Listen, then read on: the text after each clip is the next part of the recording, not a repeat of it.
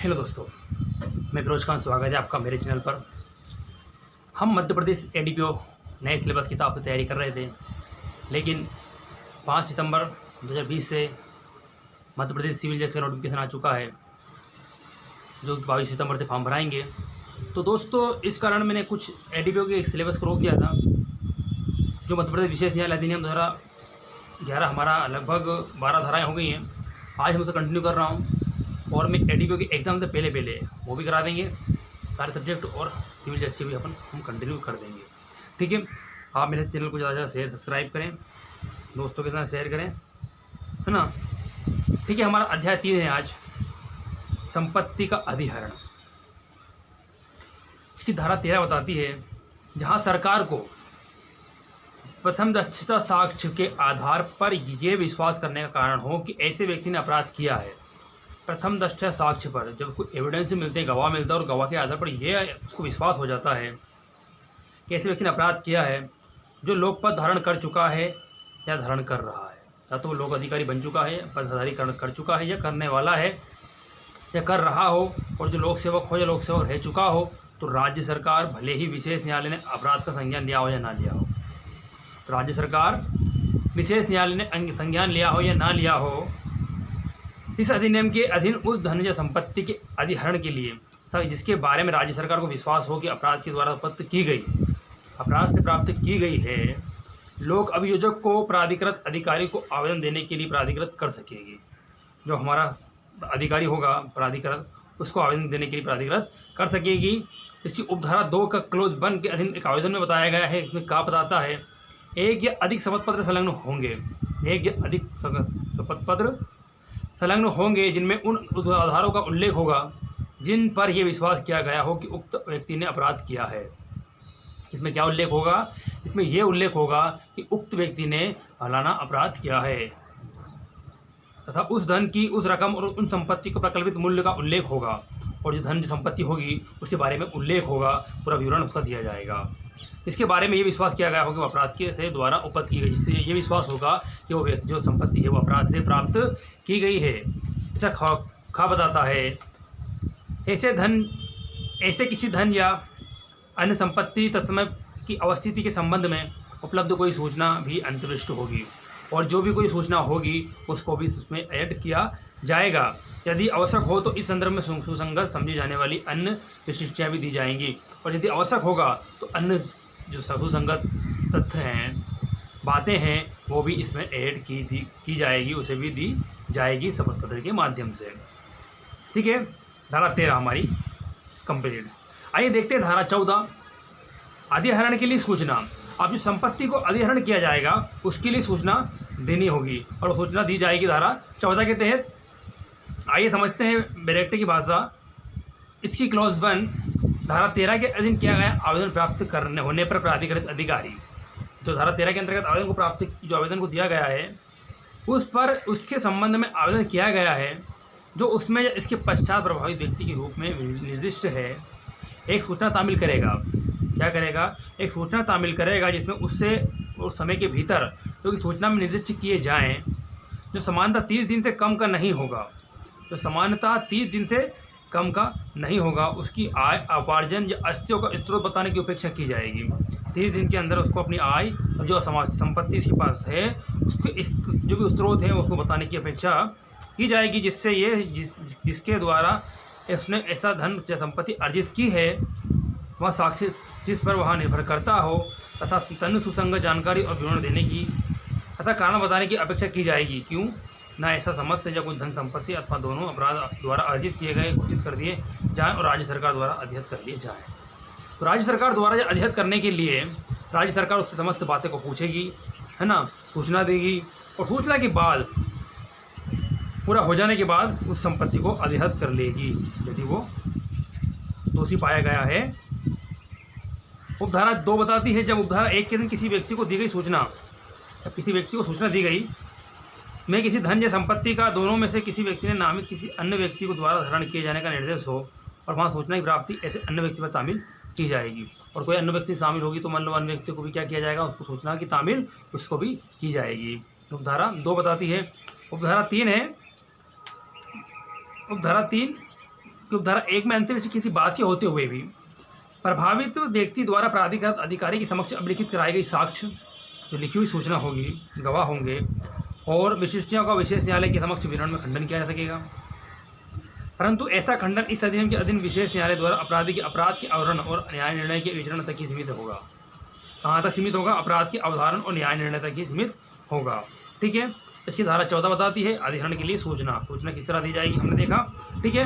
आइए देखते हैं धारा 15, कतिपय मामलों में संपत्ति का अधिहरण। अब कुछ ऐसे मामले हैं जिनमें संपत्ति का अधिहरण होता है। आइए देखते हैं धारा 14 के अधीन जारी किए गए कारण बताओ सूचना के स्पष्टीकरण के लिए। यदि कोई या उसके समक्ष उपलब्ध सामग्री पर विचार करने के पश्चात और प्रभावित व्यक्ति को तथा उस दशा में जहां प्रभावित व्यक्ति किसी अन्य व्यक्ति के माध्यम से सूचना मिलने से कोई धन या संपत्ति धारण करता हो, तो ऐसे अन्य व्यक्ति को भी सुनवाई का युक्ति अवसर प्रदान करने के पश्चात प्राधिकृत अधिकारी आदेश द्वारा निष्कर्ष लिखित करेगा कि क्या भ्रष्टाचार समस्त का कोई धन या कोई संपत्ति विधि विरुद्ध अर्जित की गई है। उसके बाद ही मतलब कोई भी कार्रवाई यूं ही नहीं हो जाएगी, कोई भी धन यूं ही हड़प नहीं कर लिया जाएगा, यूं ही सरकार जब नहीं चली जाएगी, उसके लिए सब कुछ कार्रवाई होंगी, मालूम किया जाएगा, उसके बाद ही वो अर्जित की जाएगी। उपधारा 2 बताती है प्राधिकृत अधिकारी ये निर्दिष्ट करता है कि कारण बताओ सूचना में निर्दिष्ट कुछ धन या संपत्ति दोनों अपराध के माध्यम से अर्जित किए गए हैं। सूचना के माध्यम से ये पता होता है या मालूम पड़ता है कि दोनों अपराध के माध्यम से अर्जित किए गए कुछ धन और संपत्ति दोनों क्या किए गए हैं, अर्जित किए गए हैं। किंतु ऐसे धन या संपत्ति को विनिर्दिष्टता चिन्हित करने में समर्थ ना हो तो प्राधिकृत अधिकारी के लिए विधिपूर्ण होगा कि धन या संपत्ति दोनों विनिर्दिष्ट करे और जो उसके सर्वोत्तम निर्णय के अनुसार अपराध के माध्यम से अर्जित किए गए हैं उपधारा 1 के अधीन तद अनुसार निष्कर्ष अभिलिखित करेगा। और वो सारी जो हमारा अधिकारी होगा है ना, प्राधिकृत अधिकारी, वो सारी चीज़ों का उल्लेख करेगा, सारी चीज़ें बताएगा कि किस तरह से संपत्ति हमको अर्जित हुई, किस तरह से प्राप्त हुई और कहाँ से इसका संपत्ति, तो इसको सुनिश्चित किया जाता है, वो सारी बातें अभिलिखित करेगा।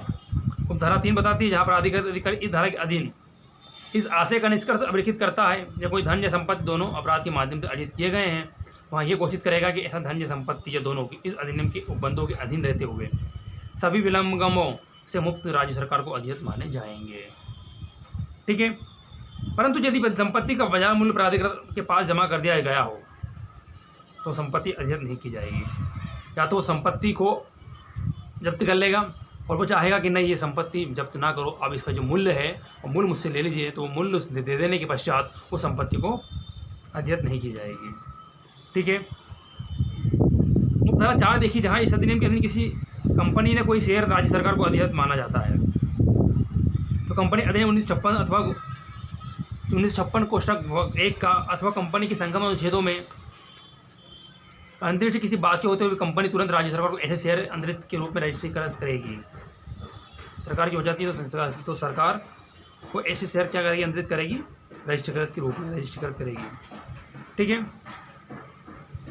उपधारा 5 इस अध्याय के अधीन धन संपत्ति दोनों अधिहरण की प्रत्येक कार्रवाई धारा 15 की उपधारा 1 की सूचना तामील किए जाने की तारीख से 6 मासिक कालावधि के भीतर निपटाई जाएगी। धारा 5 बताती है कि इस जो तारीख तामील की जाने की तारीख से 6 माह के भीतर इसको निपटाया जाएगा, इस मामले को खत्म किया जाएगा।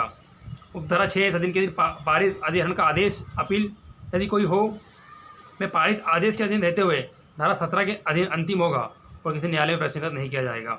इसका जो आदेश होगा वो अंतिम होगा और किसी अन्य न्यायालय में इसको प्रश्नगत नहीं किया जाएगा। धारा हमारी 15 कंप्लीट हुई। आइए जानते हैं धारा 15 अंतरण का अकृत और शून्य होना। आप देखिए धारा 16 क्या बताती है कि अकृत या शून्य होना। अब ये किस तरह शून्य देखो, या धारा 14 के अधीन सूचना जारी किए जाने के पश्चात उक्त सूचना में विनिर्दिष्ट कोई धन या संपत्ति दोनों किसी भी तरीके से अंतरित किया जाता हो और ऐसा अंतरण इस अधिनियम के अधीन कार्रवाई प्रयोजनों के लिए शून्य होगा यदि ऐसा धन या संपत्ति दोनों तत्व पश्चात धारा 15 के दिन राज्य सरकार को अधियत हो जाते हैं। राज्य सरकार को अधियत हो जाने के पश्चात कोई संपत्ति धन हो जाते हैं है ना, और उसका कुछ है ना, तो ऐसा धन संपत्ति दोनों का अंतरण अकृत शून्य माना जाएगा। ठीक है। धारा 17 बताती है अपील। इस अध्याय के अधीन प्राधिकृत अधिकारी के किसी आदेश से व्यतीत हो कोई व्यक्ति उस तारीख को जिसको अपीली आदेश पारित किया गया था 30 दिन के भीतर उच्च न्यायालय को अपील कर सकेगा। ठीक है। इस जो प्राधिकृत आदेश हमारा आदेश दिया गया है संपत्ति के विरुद्ध, जो भी आदेश दिया गया है उस आदेश के विरुद्ध वो 30 दिन के भीतर अपील उच्च न्यायालय को करेगा। और इस धारा के विरुद्ध कोई अपील किए जाने पर उच्च न्यायालय ऐसे पक्षकार को जिन्हें वह उचित समझे सुनवाई का अवसर प्रदान कर ऐसा आदेश पारित कर सकेगा जैसा वो उचित समझे। और वो अपील हो जाने के पश्चात उच्च न्यायालय को जैसा लगे हिसाब से गवाह के आधार पर फिर वो उसका निर्णय उच्च न्यायालय उचित जो भी उचित लगे उसके हिसाब से वो देगा। उपधारा 3 के अधीन की गई कोई अपील किए जाने की तारीख से 6 माह की अवधि के भीतर निपटाई जाएगी और उच्च न्यायालय उसको 6 माह की अवधि के भीतर केस को अपील को निपटाने की। स्थगन आदेश यदि कोई हो अपील पारित किया जाता है तो अपील का निपटारा विहित कालावधि के परे परिवर्तन नहीं रहेगा। ठीक है। धारा 17 हमारी धारा 18 कब्जा लेने की शक्ति। अब जहाँ सुनिए कब्जा लेने की शक्ति धारा 18 क्या बताती है। इसकी उपधारा 1 जहाँ इस अधिनियम के दिन कोई धन या संपत्ति का दोनों राज्य सरकार को अधिहत हो गए हों। संपत्ति और धन हमारा क्या हो गया, संपत्ति अधिहत किसको हो गए हों, राज्य सरकार को हो गए हों, तो वहाँ संबंधित प्राधिकारी प्रभावित व्यक्ति के साथ साथ किसी अन्य व्यक्ति को जिससे कब्जे में धन या संपत्ति दोनों हो आदेश देगा कि वहाँ आदेश तामील किए जाने के 30 दिन के भीतर संबंधित प्राधिकारी को या उस निमित्त उसके द्वारा समग्र रूप से प्राधिकारी अन्य व्यक्ति को अवार्पित कर दे अथवा उसका कब्जा दे दे। ठीक है। तो 18 बता रही है कि उस व्यक्ति को कब्जा दे दे जिसका उसका अधिकार है और यदि वो कब्जा, परंतु यदि प्राधिकृत इस निमित्त आवेदन किए जाने की प्रथा से समाधान कर लेने की कि प्रभावित व्यक्ति प्रश्नगत संपत्ति में निवास कर रहा है उसकी तत्काल बेदखल करने के बदले में ऐसे व्यक्ति को विनिश्चित की जाने वाली सीमित कालावधि तक के लिए राज्य सरकार को बाजार दर पर भुगतान का, और मान लो वो उस संपत्ति पर रह रहा है जो उसे खाली करना है लेकिन उसका कोई दूसरी व्यवस्था नहीं है तो उसको बाजार मूल्य की दर के भुगतान के आधार पर उसका कब्जा बनाए रखने की अनुमति दे सकेगा कि आप कब्जा बनाए जरूर रखो लेकिन बाजार मूल्य की दर के साथ उसको आपको क्या देना होगा। उसके पश्चात ऐसा व्यक्ति उस संपत्ति को खाली कब्जा सौंप देगा और जब तक उसको क्या देना होगा, किराया देना होगा उस संपत्ति पर रहने के लिए और उसको दूसरी व्यवस्था जल्दी से करनी होगी। उपधारा 2 बताती है यदि कोई व्यक्ति उपधारा 1 के दिन किए गए आदेश का पालन करने से इनकार करता है और कोई व्यक्ति इनकार करता है या पालन में असफल रहता है तो प्राधिकृत अधिकारी संपत्ति को कब्जे में ले सकेगा और उस प्रयोजन के लिए ऐसे बल का प्रयोग कर सकेगा जैसा आवश्यक हो। प्यार से बात बन जाएगी, ठीक है, नहीं बनेगी तो फिर वो कब्जा लेने के लिए प्राधिकृत अधिकारी जो भी उससे शक्ति होगी उसका प्रयोग करेगा, जो आवश्यक होंगे कार्य वो कार्रवाई करने के करेगा और उससे अपनी संपत्ति को लेगा।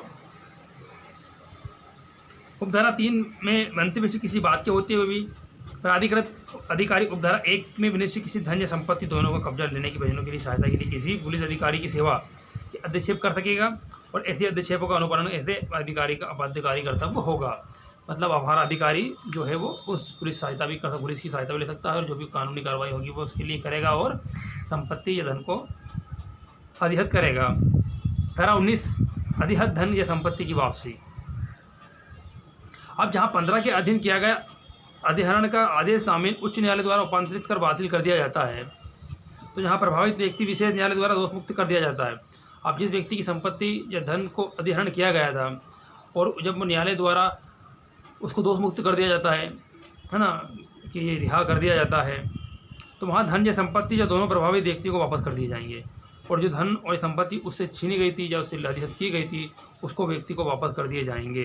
धारा 19 बताती है कि वापसी है ना, तो वापसी कर दिए जाएंगे यदि किसी कारण संपत्ति वापस करना संभव ना हो और किसी कारण मान लीजिए किसी बहुत ऐसा प्रमुख कारण रहा हो जिसके कारण संपत्ति वापस करना असंभव ना हो तो ऐसे व्यक्ति को इस अधिहत धन को सम्मिलित करते हुए उसके मूल्य का भुगतान अधिहरण की तारीख से, जिस दिन उसकी संपत्ति अधिहरण की गई है उस तारीख से लेकर 5% वार्षिक दर से ब्याज सहित उसको लौटाया जाएगा। जिस दिन भी दोष मुक्त किया जाएगा और जिस दिन अधिहत की गई थी संपत्ति उस तारीख से लेकर 5% ब्याज की दर से उसको भुगतान किया जाएगा। धारा 19 बताती है अधिहत धन या संपत्ति की वापसी। जब व्यक्ति दोष मुक्त हो जाता है तो उस व्यक्ति को धन वापस लौटा दिया जाएगा। आज की वीडियो में इतना ही। अब हमारा आखिरी अध्याय रहेगा 4 धाराएं। ठीक है, यदि आपको वीडियो अच्छा लगा हो तो शेयर करें दोस्तों के साथ और लाइक और सब्सक्राइब करना ना भूलें। थैंक यू, वीडियो देखने के लिए धन्यवाद।